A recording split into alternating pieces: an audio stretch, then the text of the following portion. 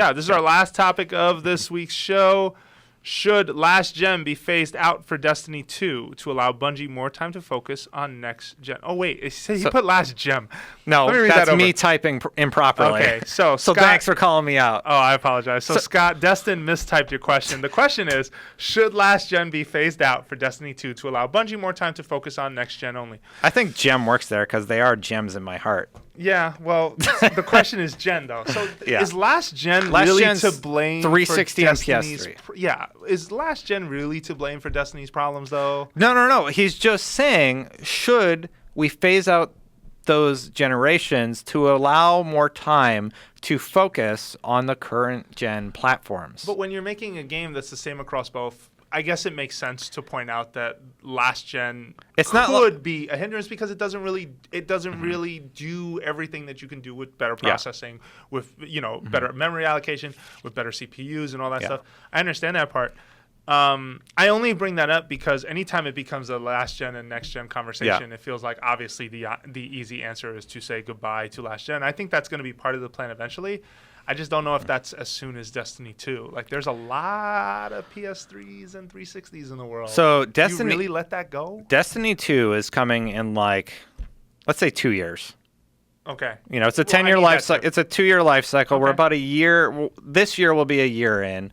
So, in 2 more years, we'll be talking about Destiny 2, is my guess. Mm-hmm. I have no idea, though. We don't. So, I think by that time, it would be safe to say we don't need to develop for 360 and PS3. Yeah. And I think I don't think most developers will be developing for that platform at that time. Everyone will have moved on. If the timeline is 2 years from now, fine. Yeah. Absolutely. That's what I'm saying. If it's today, no, release cross-platform. Or if it's next year. There's a huge install base. But if 2 years from now, I think most people are going to be converted over to PS4 and Xbox One at that point. And they already have in place a very easy system to switch between those profiles, right? If you're on if you're in Sony's ecosystem and you move from PS3 to PS4, everything comes with you. If you're in 360 or you own a Microsoft Xbox 360 and you move on to Xbox One, all of that content goes with you. One thing I really they actually had a free upgrade plan for a while on one of those platforms. Yeah. Okay, is it not free anymore? I don't know.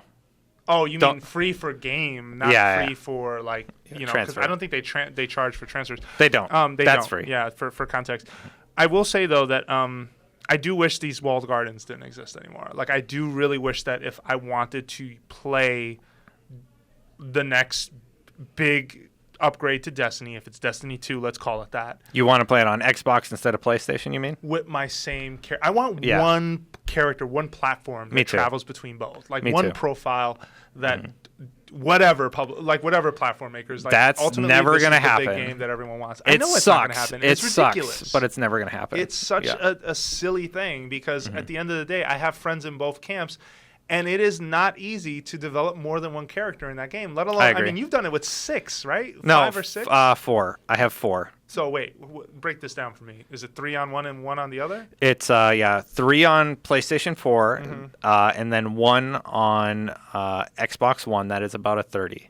And granted, we're talking to the minority here because not everyone's going to own a PS4 and an Xbox One. Yeah. I'm simply talking about I just made that character to run Vault with friends or just hang out with them in Destiny, once in a while. I would play with Alfredo in multiplayer and stuff like that. Absolutely. And that's why that character was made, just to hang out with Xbox-only people. I was using it to play with friends from the Central Valley in California that I had met. Shout out to the Lost Boys. We would just go out there and play, and that was a cool way to do it. My Titan on Xbox has an icebreaker. That's about it.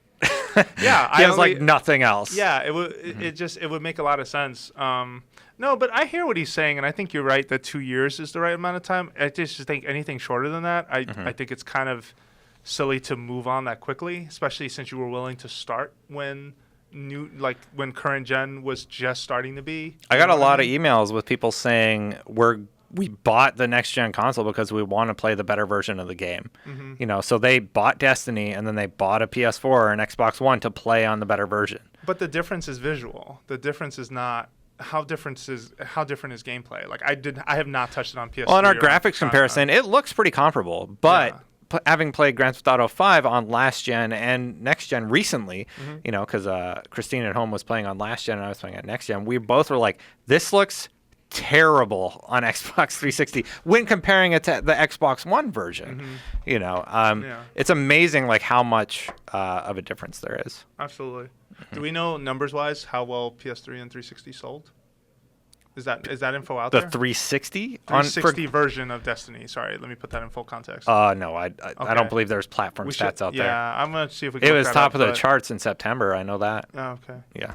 Yeah, I only asked because at the end of the day, if there's enough people who are still supporting that game, I think it makes the decision to change really hard too. Yeah. Yeah. As to when, rather, you know? Oh, yeah, you're saying if the install base is like 100 million on Xbox 360 and 10 million on Xbox players. One? Let's keep it to that number, right? And rather than the install base, just who's still playing. I can how many guarantee you Bungie and Activision are considering that when deciding what to do with Destiny 2. Or the decision's been made. But either way, these teams are working really hard on what the game is going to be. So cool, man. Yeah. I think that's it. Yep, that's it. That's our show this week. As always, thank you for listening to Fireteam Chat, IGN's Destiny show. Destin and I are here. Fran couldn't be here because, unfortunately, he had some emergencies he had to tend to. Send him your warm feelings. Please send your warm feelings to @FranMirabella on Twitter. But if you want to keep supporting the show or have feedback for us, you can leave feedback in dozens of ways. Actually, not dozens. There's actually 2. On iTunes, you can head on over there and leave us some either a review or some comments. Let us know what you think, what you like. Or you can email destiny@ign.com. Email your questions. Email your feedback. We always are curious to hear what the community comes from, what has to say. And if not, comment on the article on ign.com. That's 3, Jose. Yeah, so that is 3. Oh, man. All right. You can tell it's a Friday. Thank you very much for listening, Guardians. And we'll be back next week with more Fireteam Chat. Guardians out. I'm going to just let you keep doing that because I'm not doing it.